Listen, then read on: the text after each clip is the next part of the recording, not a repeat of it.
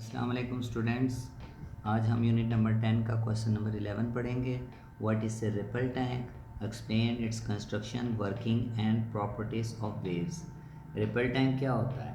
सबसे पहले main heading ripple tank. Definition first 2 lines में मौजूद है।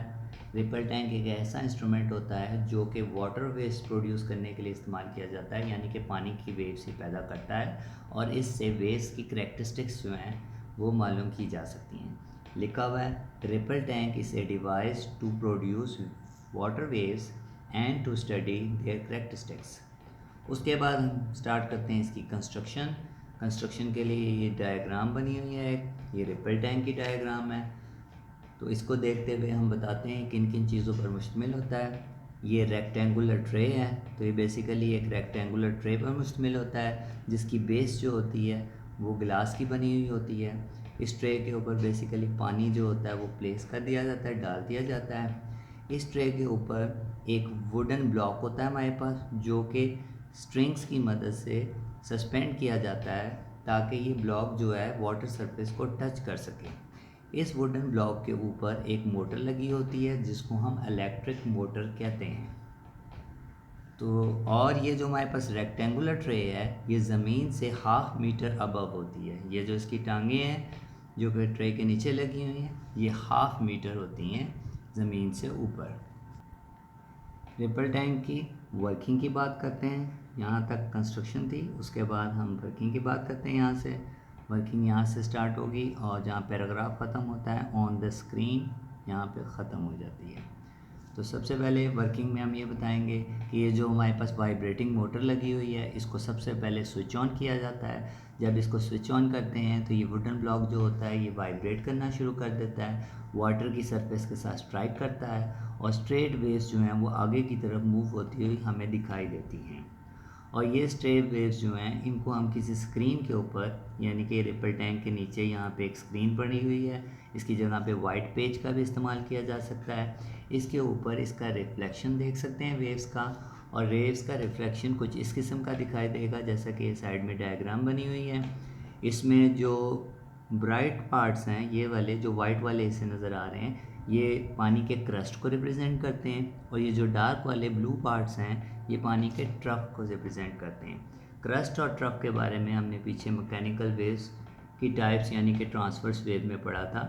वेव्स के नॉर्मल से ऊपर जो सबसे ऊंचा हिस्सा होता है वो क्रस्ट कहलाता है, और वेव्स की नॉर्मल पोजीशन से सबसे निचला हिस्सा जो होता है वो ट्रफ कहलाता है। तो स्क्रीन में हमें इस किस्म की डायग्राम नज़र आएगी। तो हमने ये ऊपर ये डायग्राम कंस्ट्रक्शन के साथ और ये डायग्राम हमने वर्किंग के साथ ड्रॉ करनी है।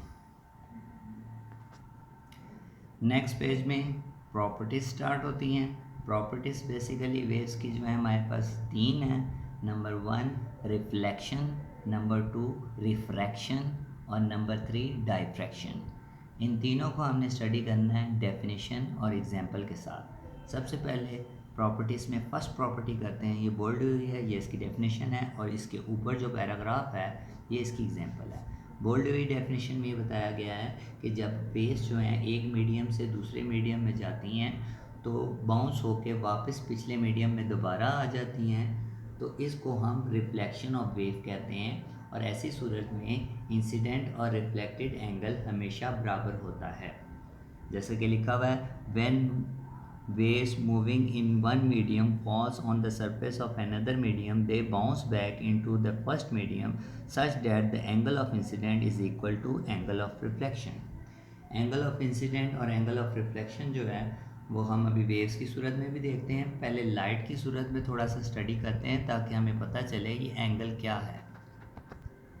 तो स्टूडेंट्स ये एक डायग्राम बनी हुई है, ये डायग्राम हमने बनानी नहीं है, ये सिर्फ आपको इंसिडेंट और रिफ्लेक्टेड एंगल के बारे में मालूम करने के लिए बनाई गई है।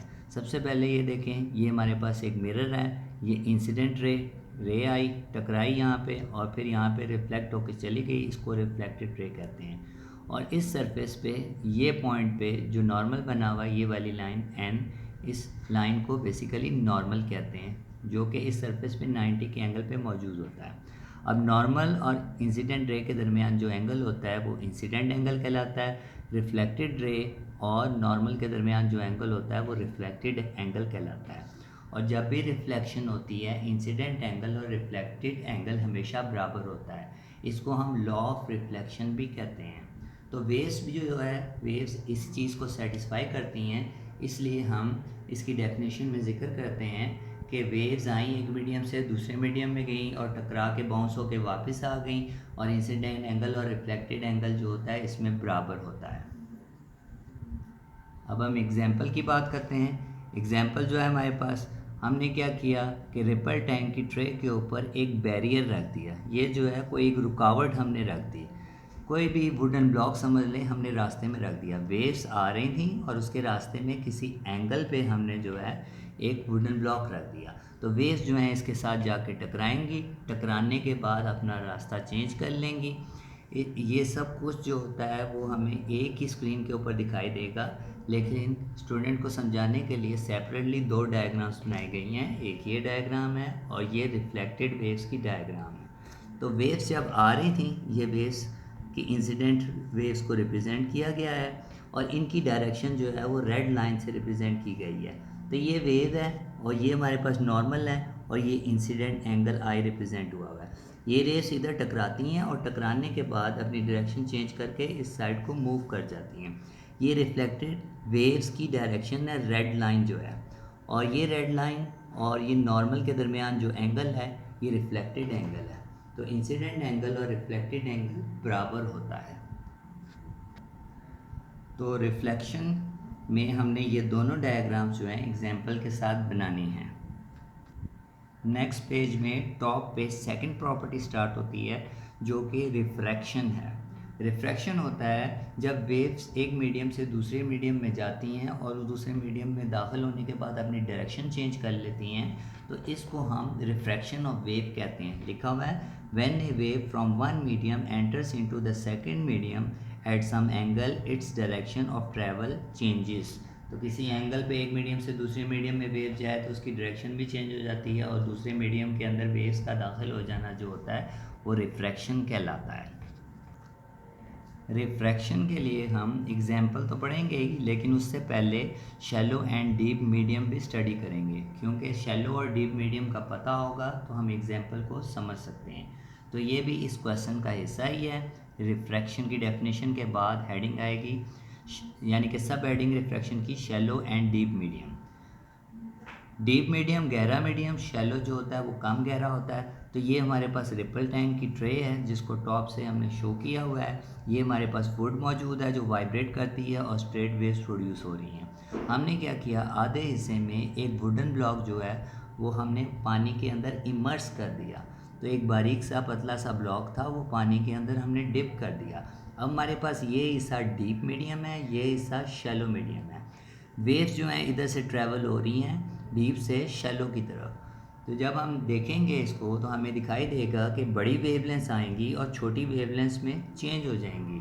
तो वेव्स जो हैं जब डीप मीडियम से शैलो मीडियम में जाती हैं तो अपनी वेवलेंथ रिड्यूस कर लेती हैं। इसके अलावा जो फ्रीक्वेंसी है यहाँ पे वेव्स की डीप मीडियम में और शैलो मीडियम में वो हमेशा कांस्टेंट रहती है, सेम रहती है, वो कभी चेंज नहीं होती है। अलबत्ता जब डीप मीडियम से शैलो मीडियम में वेव्स जाती हैं उनकी स्पीड रिड्यूस हो जाती है। अब हम चलते हैं एग्जाम्पल की तरफ। तो ये डायग्राम हमने शैलो और डीप मीडियम में बनानी है। नाउ स्टूडेंट्स, अब हमारे पास ये रिपल टैंक मौजूद है और ये डीप मीडियम है, ये शैलो मीडियम है। अब हमने ये किया कि ये जो हमारे पास ऑब्स्टिकल था जो हमने डिप किया हुआ था पानी के अंदर, बजाय सीधा रखने के थोड़ा सा किसी एंगल पे रख दिया, टेढ़ा कर दिया हमने इसको।